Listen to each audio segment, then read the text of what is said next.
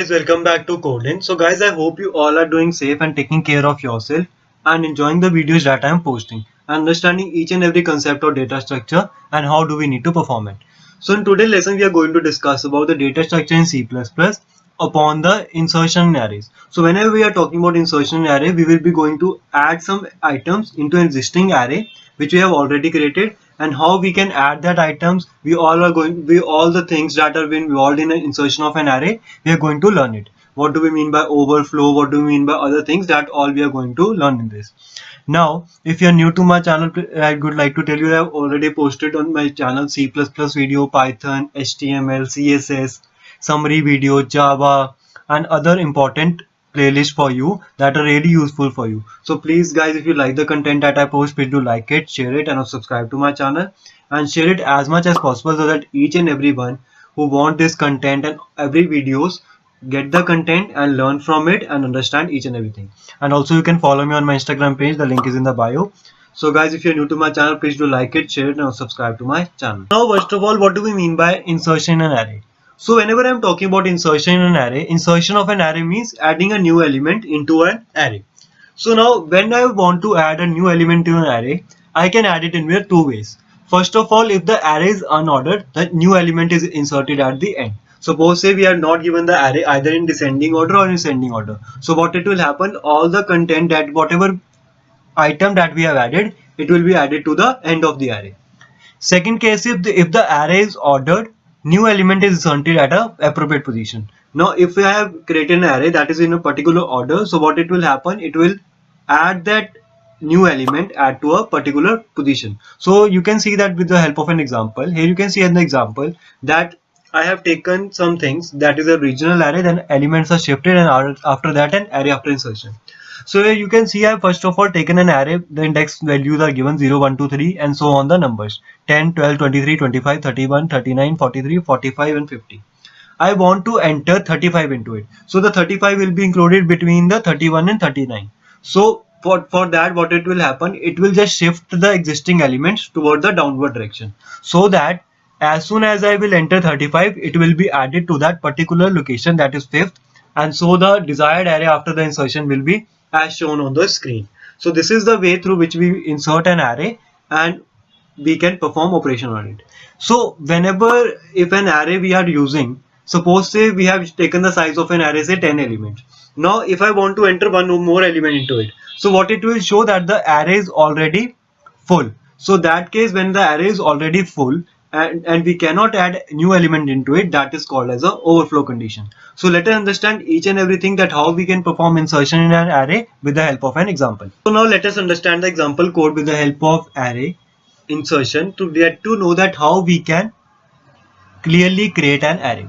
So for understanding the example, we must more know that whenever we are going to perform a arrays insertion, we are going to perform it at an appropriate position. So for that appropriate position, we need to make changes to that particular position. So in this you can see, as we have already done in searching also, we pass an array, we pass the size and we pass the item. So for the insertion case also, we need to have an array, we have to need to have the size of the array, and also we need to have a item.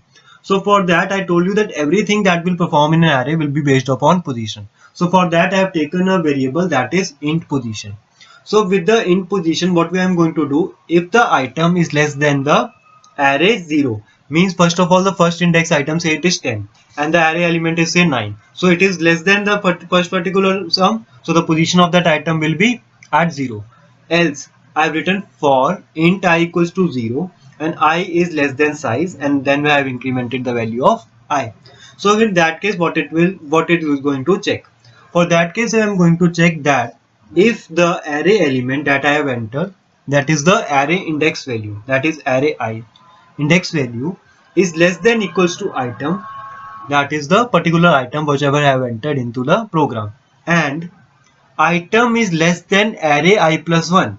Suppose say both these conditions satisfy, means the I index element is equals to item and the item is less than equals to the array I plus 1.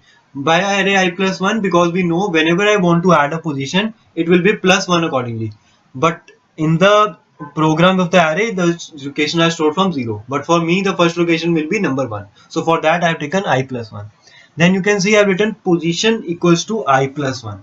So in the above program, what it is happening, that the find position is actually finding the exact position. The find determinant will provide the exact position where the new element is to be provided into a sorted order. So it will insert the new element at the desired position by shifting the elements towards the downward direction. So if to obtain the desired output from the program, the user will place that particular position and accordingly it will work. So for that things we have done, that how we are going to give the position. As you can see on the right hand side of the what we are doing with the position. If the array CTR is greater than item, then the position is equal to this, and then we have to repeat some specific stat that is told us in the algorithm also. Now what we are going to exactly do in the main function, then how these things will be performed, that how we will get that particular position. So for that, when I'm going to provide a int main function, so in the main function what I'm going to do, I'm going to provide an array, then I'm going to provide the item, and then I'm going to provide the size and everything. Suppose say if whenever I am going to perform this thing, I am going to call the find position function. So the find position function basically setting the position of the array, that whenever I enter a new element, where that particular element needs to be entered. As you can see on the right hand side, the algorithm is told to you over here, where I have taken CTR equals to L and LST equals to U. That is the overflow condition which we are going to use in the main function. After that, I have taken if AR CTR is greater than item, then the position is equals to 1. Then I have taken if AR CTR is less than equals to item and item is less than equals to CTR plus 1 until CTR is greater than equals to U. That is the initialized counter. So the position will be CTR plus 1. Else CTR equals to 1 will keep on moving. Then if CTR equals to U, then the position will be U plus 1. Then we are going to take CTR equals to U, then we are going to check this condition again and again, CTR is greater than equals to position, and then we are going to increment the value. All these things we are going to perform in this thing also.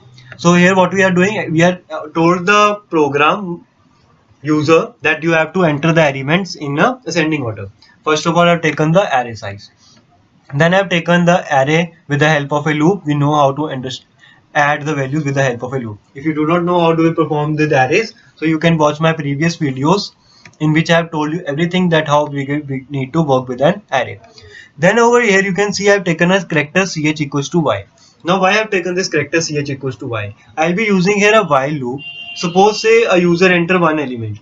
Now if the user wants to enter more element, for that I've given it a scenario that yes or no. Means if it enters y small or capital, it can enter more element, but if it enters any other alphabet or it enters n, so it will not be able to add more items. So here you can see in the while statement what I have written, cout enter the element that you want to be inserted. So here what I am going to enter, the element that I want to be inserted. For that I have declared a variable already, that is item. For that I'm taking the scene, that is item. Next it will check that if n equals to 50, because I've given the size as 50, so it will check that if n equals to 50, it will print me the output, that is overflow. That we have learned in algorithm also, that if the LST is equals to U, then it will print me that it is an overflow. It will exit from the program directly. So here I have used the exit function. For that exit function, I need to include a header file that is called as hash include process.h. Whenever I want to include a header file, we always use a hash include process.h header file. Then what we are going to do, we are going to call that index variable, in which we are going to call that particular function, that is the find position. Here you can see I've written index equals to find position, in which I have passed three things, that is the array, then I pass the size, then I'm going to pass the particular item that I want to enter into that array. So we are going to pass all these three values. After that I'm going to write a for loop for I equals to n, I is greater than index and I minus minus. Now what is this? To shift the element from a created room for a new element. Now in this case what it is happening, it is shifting the element so that they create a room to enter the existing element that I want to enter into that sorted array. Now I have taken over here as array I equals to array I minus 1. Shifting of the element. Then I have given array index equals to item. That means item is being inserted at that particular index. Then I have taken n plus equals to 1. That means all the number of elements that are there in the array are need to be updated. For that I have taken n plus equals to 1. Now after that I am going to write a cout statement that want to insert more elements. Suppose if we have enter first element, if you want to enter more elements, it will ask you a thing that either enter y or either enter n, so that it will show you the result for next thing to be added. Now it will ask you the against the statement, enter the another element, and it will perform the same scenario if you have entered a new element with a yes. For that I have taken a ch character. Then after that I have taken a cout to show that array now is as shown below. Means whenever I have implemented all these things, now what is the array that is presenting to me?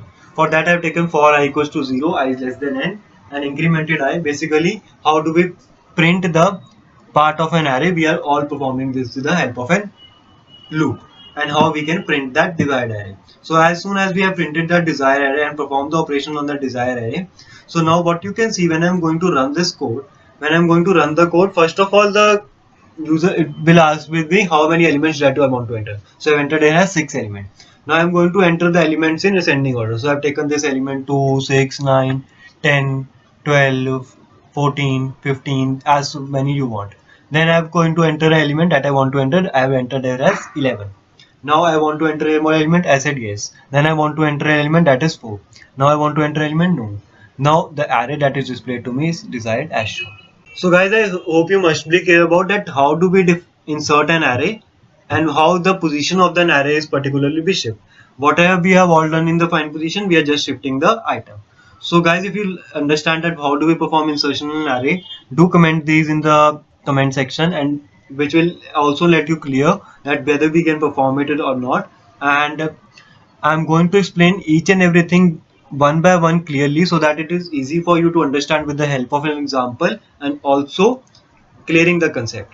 So guys, if you like the content that I post, please do like it, share it, and subscribe to my channel. And also you can follow me on my Instagram page. The link is in the bio, and also you can see the screen the content that I have posted on my Instagram page. So guys, if you like the content that I post, please do like it, share it, and subscribe to my channel. Thank you so much for watching.